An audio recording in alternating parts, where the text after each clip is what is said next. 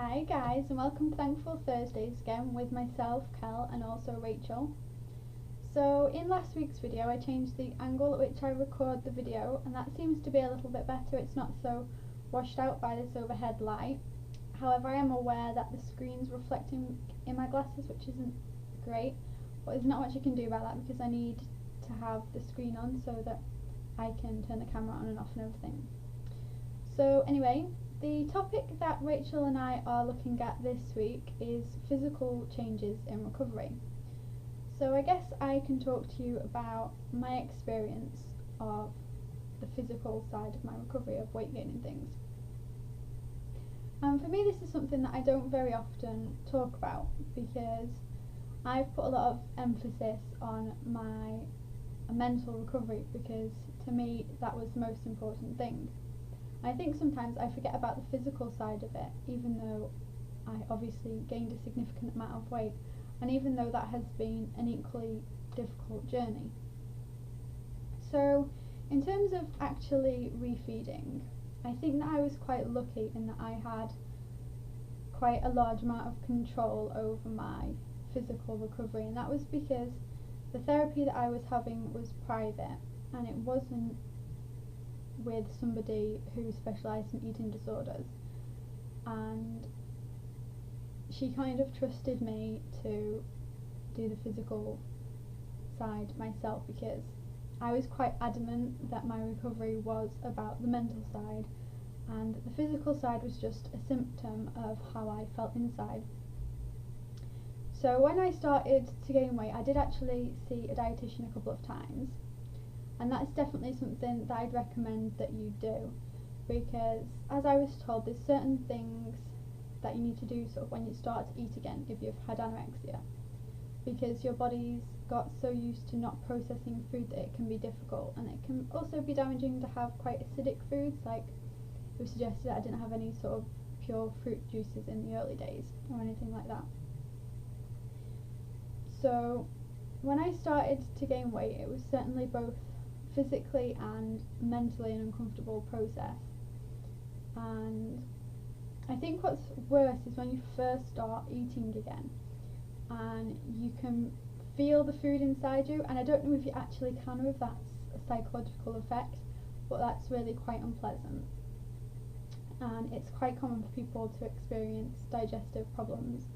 I myself am on an antispasmodic medication as a consequence of my eating disorder, and lots of people experience things like constipation and diarrhea and all the sort of things you'd expect. I think I was quite lucky that I didn't have too many problems. I did later on in my recovery, and it's kind of questionable whether that was related to my eating disorder or not, but I did have some bleeding from my bowel. If you have anything like that, definitely please do seek some sort of medical attention. It's always best to get it checked out, and it's best to be safe. Something else I experienced a lot in my physical recovery was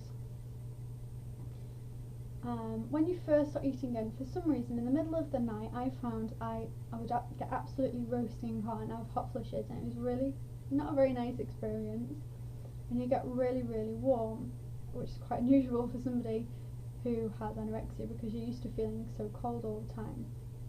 And then on the cold side of things, the other thing that happened was that after eating I also felt very cold.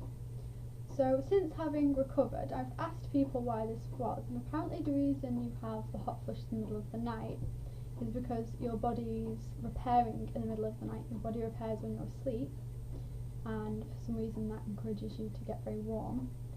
And the reason that you feel very cold after eating is because your body pulls all its energy to your stomach, so you're not keeping yourself warm. All your energy is gone to try and digest your food properly, because your digestion is probably slowed down and sluggish and not as it should be.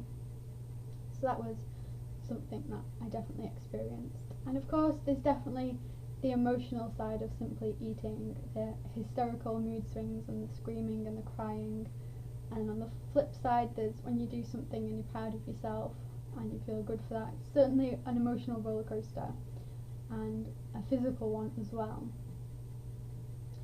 I think the one thing I found really difficult was because I had quite a lot of choices and decisions in my physical recovery, was that I didn't have a doctor telling me that I had a set weight that I needed to get to that was right for me. And so I just kind of thought, okay, what I'm going to do is I'm going to try and eat healthily, and I'm going to allow myself the snacks and everything that a normal person would do, and I'm just going to see what my body does. And I had to trust my body, and that was really difficult, because in your head your eating disorder says to you, and I think this is something that's quite common, that you're going to gain huge amounts of weight and you're going to end up 20 stone overweight. And I really was worried about that, and as you can see, it didn't happen. I eat a healthy amount, I certainly eat plenty of snacks, and as anybody that's been part of my recovery will know, I have a bit of a love for cake, and cakes played a big part in my recovery. Kind of became a bit of a joke between me and my friends. I had a giant cake the day I was discharged from the eating disorders clinic. But I had to trust my body to get to a weight that it was healthy at, and for it to be stable at that, and it did. It was difficult, but it got there and it stabilised. And once you're at a healthy weight, you kind of have to come to terms with the emotional side of that. And I think along the way I kept lists of things I gained in my recovery, as well as the weight. So you're not just gaining the weight back, you're gaining every opportunity that's in your future. You're gaining every activity that you can do now because you're physically healthy. Like, I can go out for a meal with my sisters, or I'm well enough to hold down a job. I can study if I want to. I don't feel tired from just walking up the stairs. I'm not covered in bruises just from simply rolling over in bed or sitting down. And things like, I can buy clothes that aren't in the children's section. And I'm quite short, so I have to get everything turned up. I can buy clothes that aren't in the children's section, and I don't have to look ridiculous in either hugely oversized clothes or trying to find clothes that fit me at the size I was. I can actually walk into a shop and I can just buy clothes, and that's great, and it's a lot less hassle.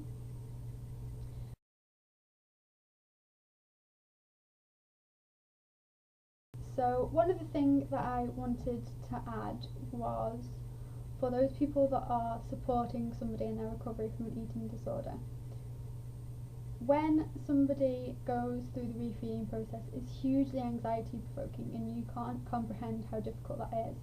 And you really do need to be supportive of that, and you need to anticipate that it's going to be up and down. It's not going to be a steady weight gain journey. It's going to be up and down. They might gain 5 pounds and lose 3 pounds. They might do that for months and months and months, and you need to be supportive of that and not panic if they do slip back a little bit. That's quite normal. And also, things like making comments about weight gain is really not useful when the person's going through the refeeding process, because it's difficult enough without everybody else focusing on it as well. So I'm going to leave you with that, and I hope that you are all well, and take care until next week, guys. Bye.